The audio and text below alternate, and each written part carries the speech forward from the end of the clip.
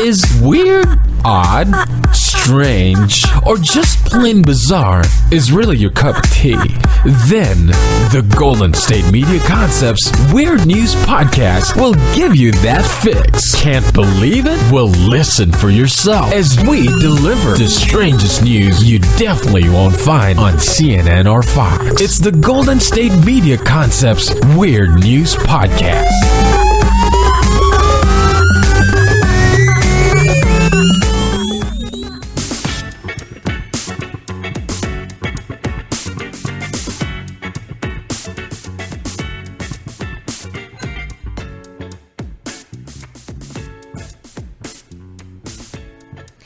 Hello and welcome to the GSMC Weird News Podcast. I am your host Heidi, and I am joined by the very special guest Staci. Hello. Staci is a wonderful former GSMC podcast host. I'm very happy to have her. And we are going to be going through some strange stories. The first one starts kind of similar to many of these weird news stories start, with a Florida man. Oh, yes. Classic Florida. Another Florida man had threatened to kill his neighbors with kindness, which doesn't sound that weird until you find out that kindness is the name of his machete, which also he named his machete. That's also weird. I mean, if it's a very special machete to you. That's true. Your one and only machete. Also, just the fact that there's the character Machete who's named Machete, and now my brain's off on a totally different tangent. That's true. All right, not him, but a real machete, a knife. So what happened is a Florida man allegedly threatened to kill his neighbor, and he's 30 years old. Suspect's name Brian Stewart, and it began when two of Stewart's neighbors went to his house. They were concerned because they had heard yelling and banging from the home all day. Stewart came out of the house with an armed raise holding the machete, and it had the words kindness written on it. Like a name tag, really. Okay. And one of the neighbors stepped in front of the other to block the blade, and then he suffered a half-inch cut on his left hand. Cut by kindness. So this guy wasn't even just, standing there gesturing wildly. He actually tried to hurt these people. Yep. Wow. Which is so frightening. I mean, don't go to your neighbor's house. They might have a machete and be waiting to cut you. Who knows? I mean, in Florida, maybe. That's true. Classic Florida. The sheriff's department was called, and deputies arrived, and they arrested Stewart. They said that Stewart's breath smelled of alcohol, and he had to be stunned with a taser before he was put inside the patrol car, which is crazy. He was really mad. Police said he also had to be hobbled after kicking inside the car and banging his head. So I assume he was like handcuffed, and his legs were probably handcuffed. And, yeah, he was, because his mugshot. He has a big bruise on his head. Or like a red mark. Right. So he was probably trying to fight his way out. Wow. He was booked at the jail on charges of aggravated assault with a deadly weapon without the intent to kill and aggravated battery. And he remains behind bars on a $10,000 bail. Well, good. At least, hopefully time to sober up. When I first saw this story and you're like, kill him with kindness, I was like, this sounds like the title of a cozy mystery set in like Georgia or something. Oh, yeah. Where they would like actually kill you with kindness somehow. I could see that. Yeah. But Machete named kindness. Like, this is like the slightly crazy Florida version of Beyonce's bat being named hot sauce. It's like, I still don't fully understand because hot sauce in your bag, but then the bat is hot. I like that song, but I don't get it. But I would still prefer that, even though you're smashing up my car, over the machete named kindness. Yeah, this is terrifying. That's just a horrible nightmare story. Again, it sounds like something that the character Machete, a movie, would have someone, brandishing a machete, trying to kill you with kindness. That's just that's that sort of thing. That'd be pretty good for the Machete movie. Right? Get on that, whoever makes those, Robert Rodriguez or whoever. Yeah. Ugh. Okay. Onto a cozier story. This one Is this cozier? I think this is cozier. This is about Costco. They're selling a 27-pound tub of macaroni and cheese. I think this is cozier. Cozy up with your giant bucket of mac and cheese. It'll last you 20 years. See, that's the problem. It's not the 27-pound tub of macaroni and cheese, because that could be like a cozy, night together with friends. It's the fact that this tub lasts 20 years that I'm just like, no. I mean, who knows? Maybe Easy Mac lasts for 20 years. I mean, it probably does, but I don't want to think about that for the mac and cheese I eat. It sounds great. The warehouse store Costco, they're selling this 27 pounds, and it is in a big 6-gallon mop bucket, basically. You can buy it for $89.99, and you get 180 servings of Chef's Banquet macaroni and cheese. The company said it will remain edible for up to 20 years, just in case. Also, I have to let you down that despite the image of like the 27 pounds of just creamy, wonderful, cheesy macaroni and cheese just flowing straight from the bucket, it's more like individual servings of noodles and cheese, and they're all individually packaged inside the bucket. Which is slightly better. Yeah, well, that's probably why it lasts longer. You're not just opening it up and taking a spoon straight to it. I mean, I'm still concerned about any cheese that lasts 20 years, but... I mean, that's not cheese at that point. Right, it's really not. Yeah. But I get it. I get why it's like, because, this is sort of survival rations or whatever. And yeah, oh yeah. You don't just want to eat, like, oatmeal and protein bars. You do kind of, at times, you want that home feel of macaroni. I get it. Yeah. Not saying I want it, but I get it. That could be a good, like, white elephant gift. What? Well, it's $89, maybe not. But and also, why here 20 years worth of mac and cheese? You never know. Pounds. I mean, that's a heavy white elephant gift. That's White Elephant, right? The game, you're exchanging gifts, Yes. and they But can be usually- funny gifts. I mean, I've never seen it that heavy. I've seen it with smaller things, and the biggest would be like, a couple of bottles of wine or some sort of decorative thing. But 27 pounds worth of 20 years lasting non-cheese is a very interesting white elephant gift. Just saying, you can do it, and you would certainly be the talk of that party, but I'm not sure you'd necessarily be appreciated or asked back to another one. I went to a White Elephant exchange where someone brought an enema. Or I've seen a goldfish exchanged.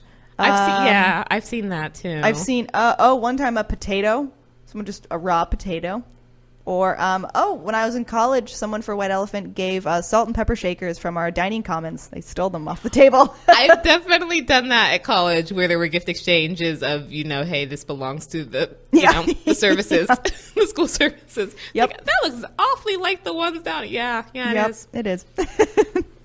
Also, if you're looking to buy this item, according to the Costco website, it is currently out of stock. So hopefully they're bringing it back in stock because a lot of people wanted it. So I don't know, doomsday preppers. If you're out there and you're like, I really need this mac and cheese right now, look for the person who is stockpiling stuff in their basement. They might have it. Except if they're a real true prepper, you shouldn't notice that they're stockpiling stuff. They should be all like, secretive and small things at a time, and not let me go out and go to Costco and buy every preppy thing you could possibly... Not preppy. Prepping? Preppy would be something else. Every prepping thing you could possibly think of, and all the different tubs of rations. That kind of screams prepper, and then people are like, oh, hey, that neighbor is the one to hit up when things go bad. We need to break into that house. Yeah, that's true. Unless they're nice and they invite you in when the zombie apocalypse starts. Who knows? They have to first check you're not a zombie, though. Oh, that's true. I do like this, though, for prepping, that it's not just like boring food, because you'd kind of be like, you know what, I'm gonna go join the zombies. I can't do this anymore. Brains sounds like a nice difference between like packaged mac and cheese, right? Or these stupid bars that aren't chocolate. Yep. It's like, I would get so sick of that. So I like the idea that it's now like, how can we have this sort of assortment of prep food for the inevitable zombie apocalypse or whatever?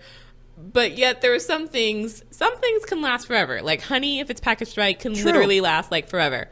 Cheese is probably not supposed to be one of them. And so any cheese that can last that long is not real cheese. And I'm like, you're already ruining my, it's already the apocalypse. I want real cheese for my mac and cheese, or as close to real cheese as I can get, even if I do craft Easy Mac. So, I mean, those are things that you can only wish for in the middle of the doomsday apocalypse. I'm just saying, for my apocalypse, I have standards. That's all I'm saying.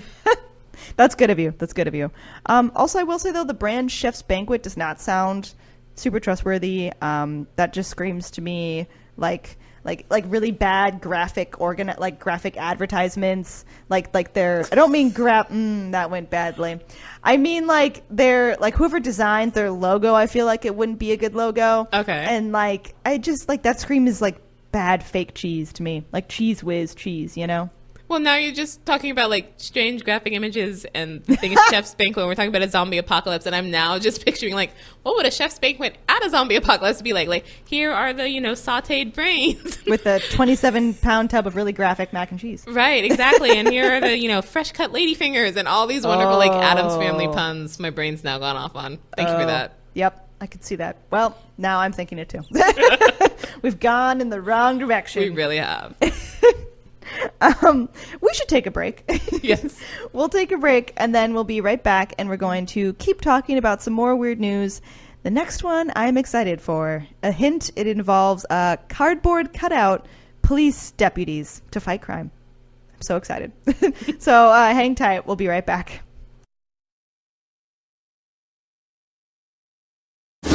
Check out the show built around the women of MMA. From the UFC to the extreme cage fighting, we got the fights covered. Listen. It's the Golden State Media Concepts Women's MMA Podcast. The latest news of upcoming fights, discussions of previous matches. Join us as we talk to and about the biggest names in women's mixed martial arts, past, present, and future. When it's the women's fight game, you know where to listen to. The Golden State Media Concepts Women's MMA Podcast.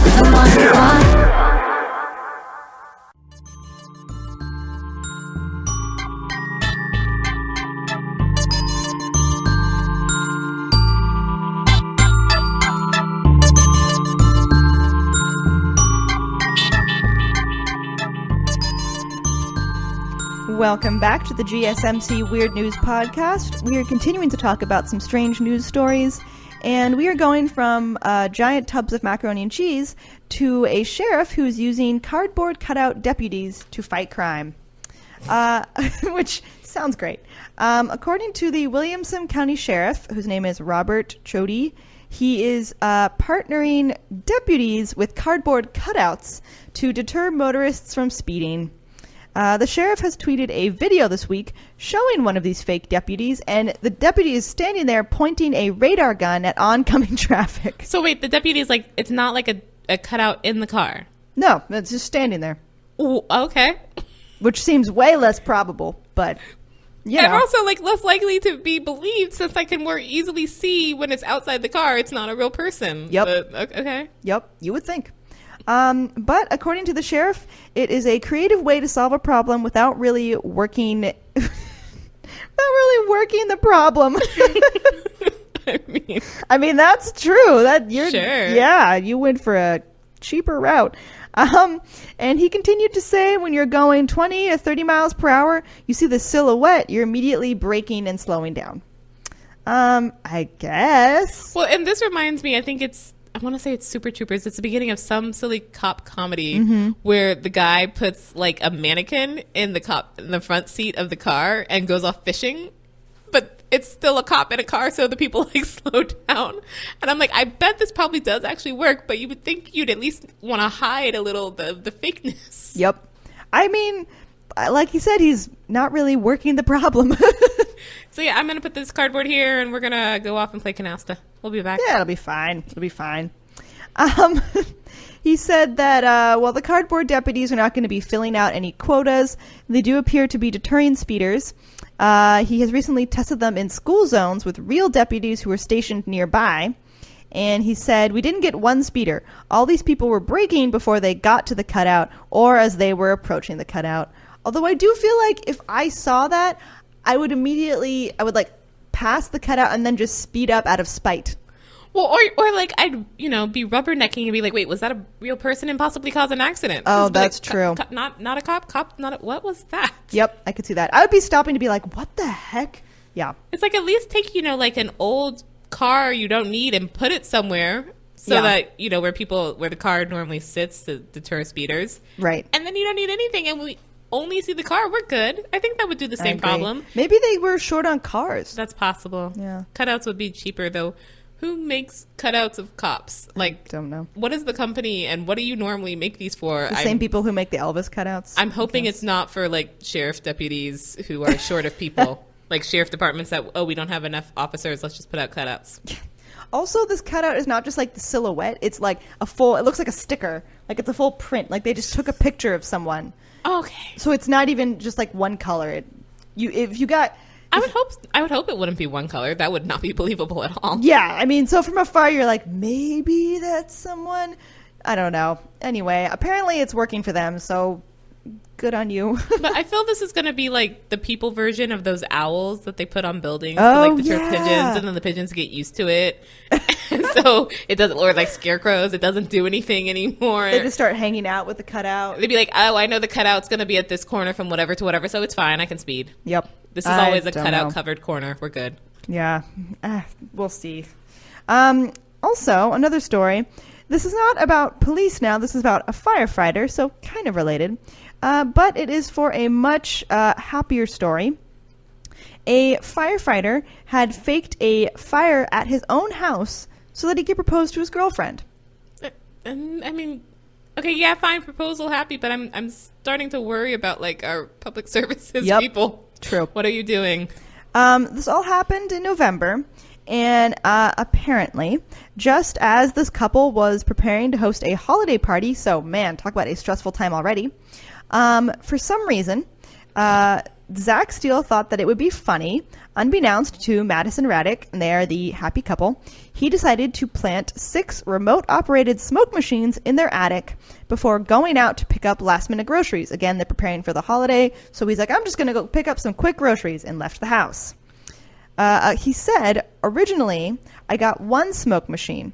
I went to test it, and there was barely any smoke, so 1 was not going to work. So I had to get more smoke machines, and he got 6. Right, that's a little too many. It's a little overkill, but he said it created a lot of smoke, which I can imagine is just like spewing out of the house.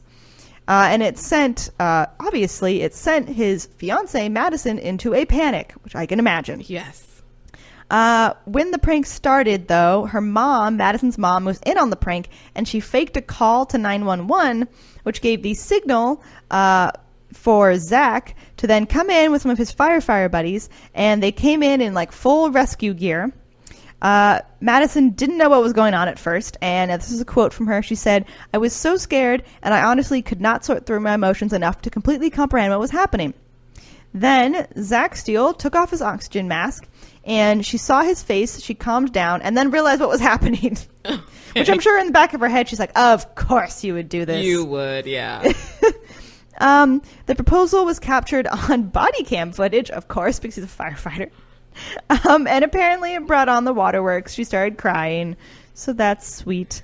Zach got down on one knee, and Madison got emotional. She started crying, but she was super excited. And she said that it was truly the best, most indescribable moment of my life. I mean, yeah, that's a lot of crazy things happening at once. You almost thought your house was burning down.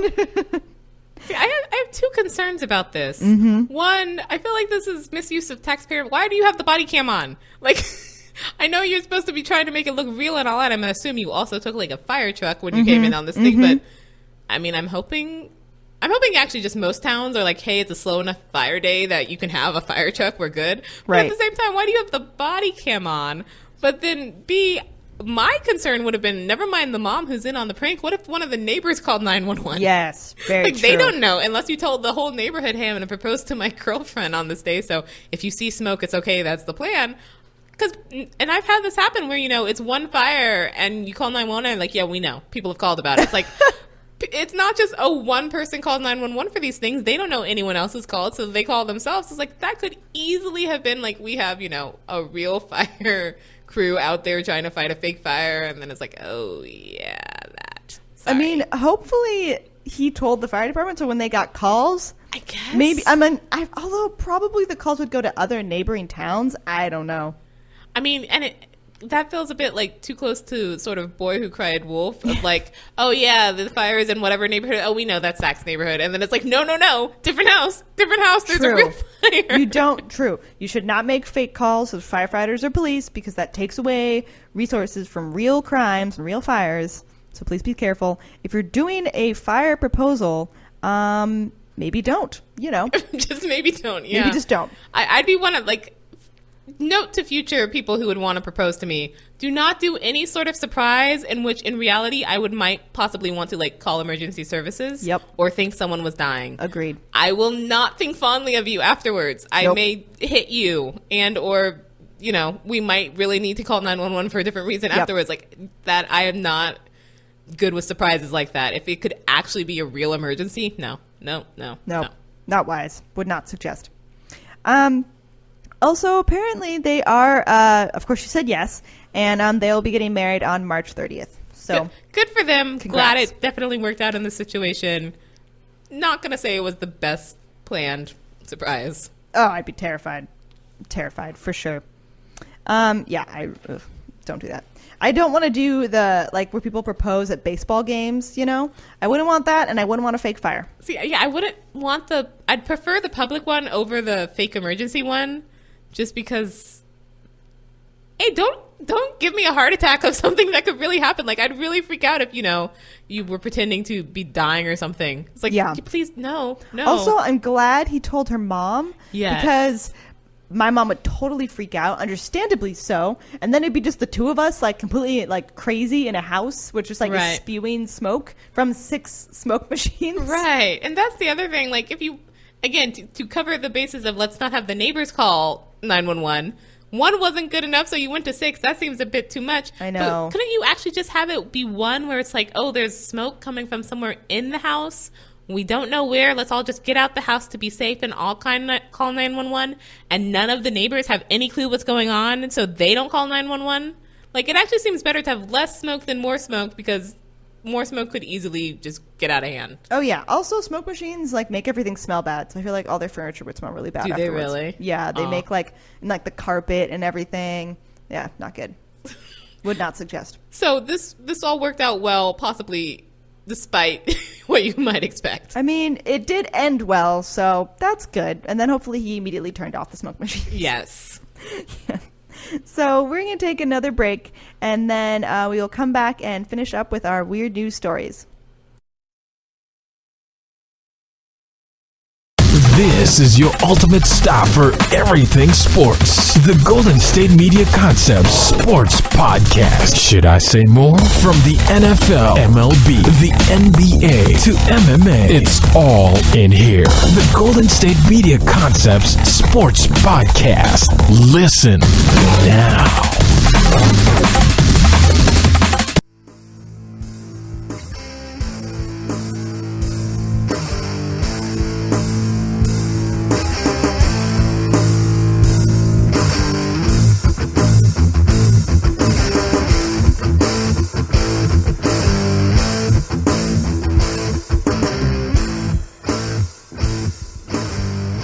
Welcome back to the GSMC Weird News. We are continuing talking about some strange and weird news stories. We are going to one that is weird, also very funny. At least I chuckled when I read it. And this story takes place in Paris. It is specifically about Paris's first nude restaurant, which is unfortunately closing for lack of business. Which I'm so sorry. Also, right. Like, I feel like Paris, that might actually do well there, See, and I think that's the idea and why it got open in the first place. It's like, oh, it's Paris, the French, nude beaches, so nude restaurant, of course. Yeah, although I'm not surprised, though, the idea of eating in the nude with a lot of other people probably did not sound very appetizing. See, when this first came out, I thought it was like the waiters were nude when I first started. And I was like, okay, I can see why someone would throw that. But no, wait, the people eating are, why?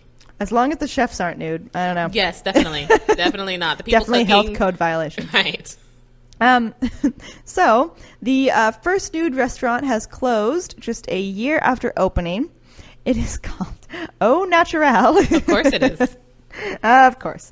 It was opened in December of 2017. And again, it sounded like an easy sell. Instead of dressing up, diners would dress down to their birthday suits, different kind of suits than normal for restaurants. And once naked, the customers could enjoy a 3-course dinner with foie gras, lobster, snails, lamb, or scallops. and it's for $58. So Not bad. Not bad, you know. Especially not bad because you don't have any pockets. You can't carry in your wallet, you know. Okay. It's really against the idea of no shirt, no shoes, no service. Right. Also, all of the restaurant personnel were clothed, which is better. I feel like that would, I don't know. I feel like I would be almost worse to go to one where all the servers were naked, maybe. Well, again, so long as the chefs are clothed, True. I feel like either way is equal after that. But the people cooking need to be clothed. Yeah, and as long as they wipe down the seats really well after everyone comes in, it'd be fine. Also, I'm assuming people would go to the restaurant and then undress. They wouldn't just show up nude because you'd have to be like a really committed nudist. See, I'm now do that. just picturing a bunch of people being like those streakers in the Burberry coats. Just walking down the street. Just like a pilgrimage of just nudists. A group of people in Burberry coats and come in and take off your coat and that's all you've got. Yep. Take off your shoes. Yep. I would assume they'd also take off. I don't know if you have to be considered. I don't know if you take off your shoes to be I don't think you nude. would, because it would have to be a certain type of restaurant where, like, you know, you sit almost cross-legged, where so then you expect people to take off their shoes, like in certain Asian restaurants. But if you're walking into like a regular restaurant where you sit at like a seated upright table, I think that might also be a health code violation to then be barefooted. So Maybe. I don't know. I'm not sure. I mean, it's France. I don't know how those laws work. True. Despite getting a lot of attention, apparently worldwide, the restaurant is going bust. And the owners, Mike and Stephanie Sada, posted a statement on its website announcing that the bistro would close for good on February 16th. And this is a quote from them. It said, "Thank you for having participated in this adventure by coming to dine at Au Naturel. We will only remember the good times, meeting beautiful people and customers who are delighted to share exceptional moments." That's sweet. See, Au Naturel feels almost like it should be like a beach bar at a nudist beach. Like that feels, and I'm assuming that some nudist beach somewhere must have some sort of like just either bar or stand or something on the beach. So those people are used to, you know, serving people who are naked. But a nice fancy sit down restaurant in the middle of not a nudist beach seems a little odd. Yeah, I could see like there being a nudist beach bar. That's probably a good idea. Yeah, someone will probably capitalize off of that. The owner should. They just be like, okay, so They we should don't do just it in the move. city. We just do it in the beach. Oh We're yeah, good. for sure. So I'm sorry, Au Naturel. I wish the owners the best. Our next story. This is a end of Christmas tale. It's sort of like the after Christmas gift that you never wanted, and it's not just like the Right. extra weight. It's just worse. This is about over 100 praying mantises that took over a woman's home after she bought a bug-infested Christmas tree. Yeah. That's a nightmare.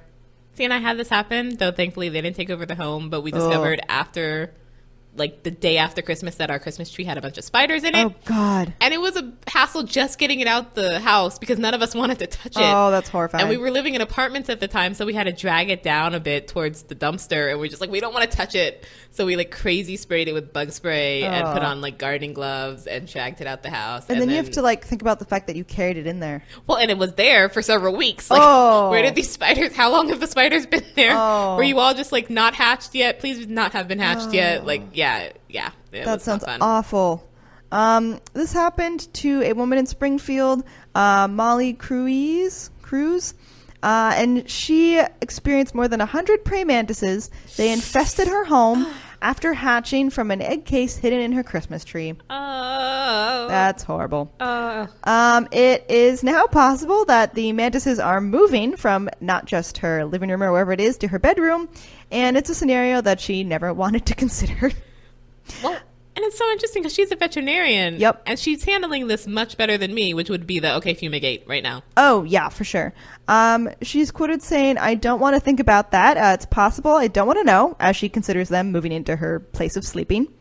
And she said, well, okay, so apparently she is, as you said, Staci, much kinder than I would be, because she is not just vacuuming up the bugs. She's trying to avoid that by scooping them with an envelope and storing them in a shoebox, which is like still in her house. This is like 200% nicer than me because it would take me like a major amount of, okay, I really care for all living things ever, even just to get to the scooping them up with an envelope. But then that would immediately be dump it outside. Oh, yeah. I would have to be like a Buddhist to do this. There's no other way. Like, why are you putting them in a shoebox? Yeah. Take it outside. Well, Even if apparently- it's 20 trips, take it outside. Right. Well, so she's keeping them because she's feeding. This is also crazy. She's feeding them. She's feeding them fruit flies because she's trying to find them new homes.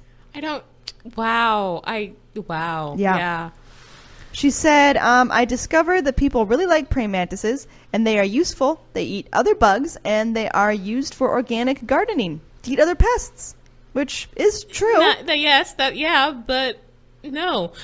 Yep. Nope. I would not do that. I don't have the niceness or patience or the, oh my gosh, it's a bug. Like, my brain immediately goes to squash it, and I still haven't yet managed to get to the, well, don't squash it, take it outside part. And she's like, not only, oh, don't squash it, don't take it outside, keep it and feed it while waiting to find it another house, never mind the fact that it's been nesting in my house for who knows how long. That's how kind she is. She's rehoming the praying mantises who, were unwelcome holiday guests. Uninvited, yes. Very uninvited. She had to carry that tree up there. That's terrible. Wow. Also, she said that the infestation has inspired her to get an artificial tree for next Christmas. Yes, Yes. definitely that too. And bug spray the tree. Well, and I'm pretty sure that most Christmas trees do actually get sprayed. Usually, like the feel commercial ones, maybe not like, if your tree is organic or whatever. Or if she cut it down herself. Right, yeah, but like if you go to just a commercial Christmas tree lot that's there every year and doesn't pride themselves or advertise themselves on being, organic or whatever, I'm pretty sure they spray those trees and yet still somehow enter egg nest of bug here. Oh, God. That was part of why we got because I didn't want an artificial tree, and then the spider thing happened, and I was like, yeah, no, that's good. Let's go look. Yeah. Yep. So, just, check before you buy. Or if you are a interbug egg nest here, hope that you get on a tree that goes to someone as kind as this lady, because you would not have made it through the holiday season at my house. Just saying. Nope. So that brings us to the end of the show. Thank you all so much for listening, and I hope you can tune in to the next Weird News episode.